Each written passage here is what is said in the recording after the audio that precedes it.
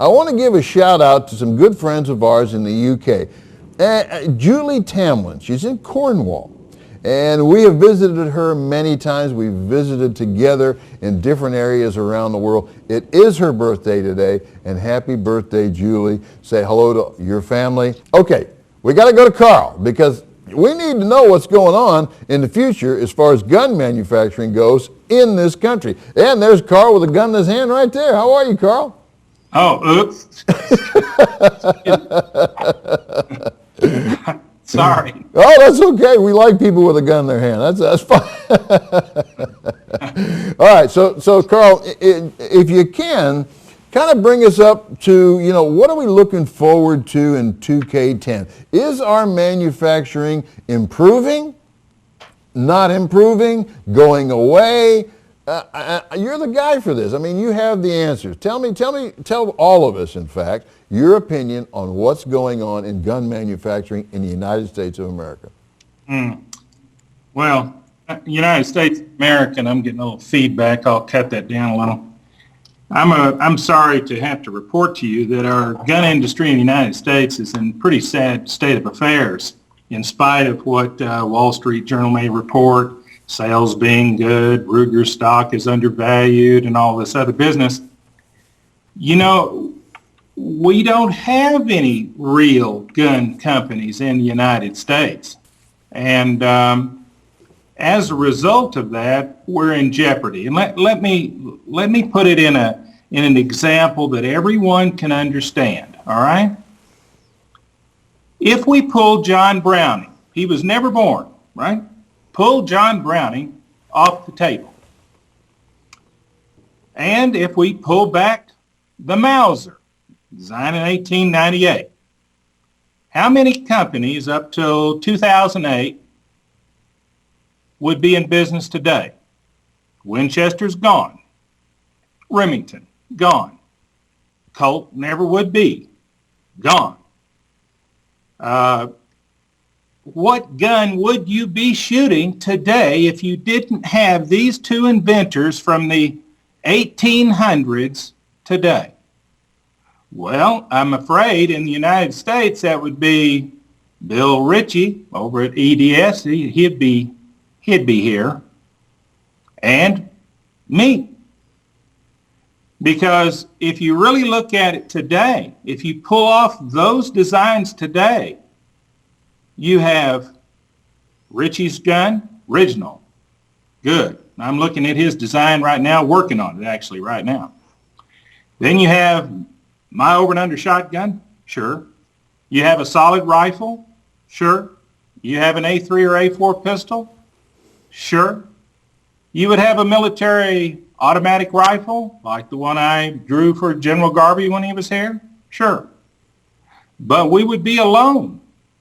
And so when you look at it like that, we have an industry today that's based on technology that arrived around the turn of the century of 1900.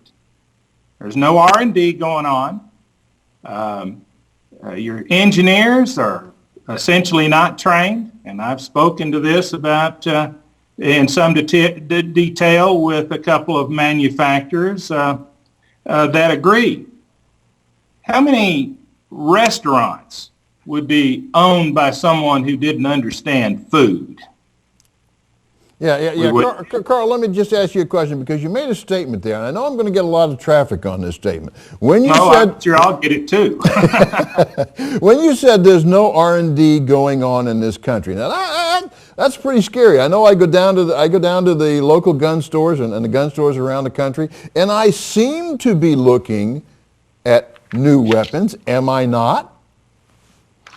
Well, not really. I've been looking at my new catalog, as I'm sure you get, and your viewers get in the mail.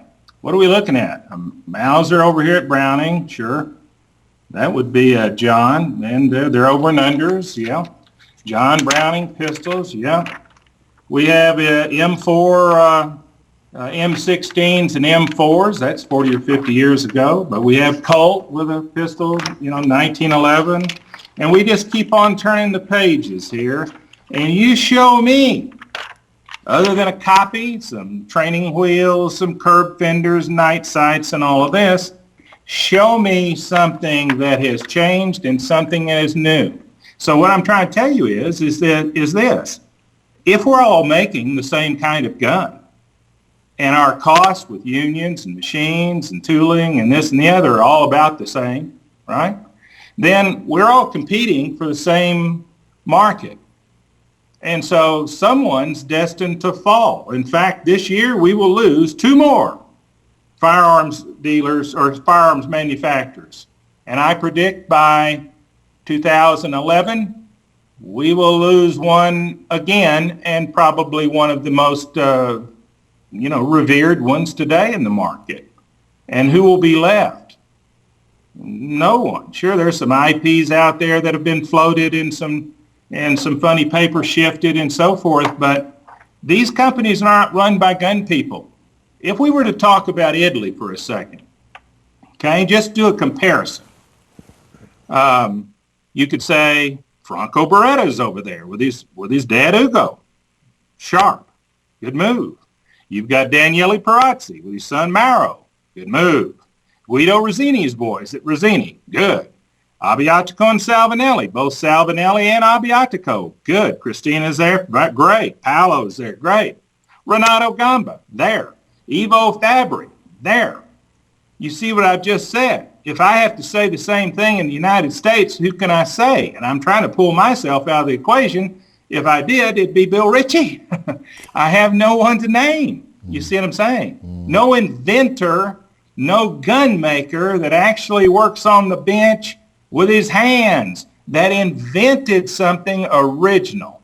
Okay? All right. Let me just play devil's advocate a minute. Let's just say, now, I'm not talking about the military now. I'm talking about civilian use, okay? If the civilian use of weapons, one of the things that I hear is, guns are expensive, okay? And if we have to come out with new designs, they're going to make them more expensive, and maybe that's the reason why I'm not going to go out and probably look for companies who are very innovative. I mean, you're one of the few people that I know, Karl, who can actually look at a gun, like that one you just had in your hand, and I don't want to put you on the spot, but you're one of the few people who could actually pick up a gun and within probably a very short time tell me exactly what that gun costs to manufacture. To many of us, we have no idea what it costs to manufacture a gun. We assume that it's expensive and that the margin of profit is very thin. Are we wrong? Yes and no. And yes, okay, because there was a multiple bunch of questions. Can I look at a gun and tell you how much it costs? Yes, sir. Absolutely. There are different costs based on production. Bill Ritchie's guns, my guns, they cost more because we do them in smaller quantities, all right? But if you take, say, the solid rifle, right? I sent an email over to Les Edelman over at Kimber, and I said, look, Les, we have a solid rifle that the American public would like to have. And you know what's real good about it is it's stronger and so forth. It has new technology and everything, but it costs 5 times less to manufacture than a Model 70. Oops. But do we get a reply from, say, Remington? Or say, well, don't want to say Ruger, but say Springfield Armory, or say Remington, or say Winchester? No, not at all. And the reason why is because the people that own those companies and run those companies are not gun people. They're bean pickers. I hate to say this, but that's the bottom line. They wouldn't know a gun design if John Browning walked in the door today with his 1911. It is a shame.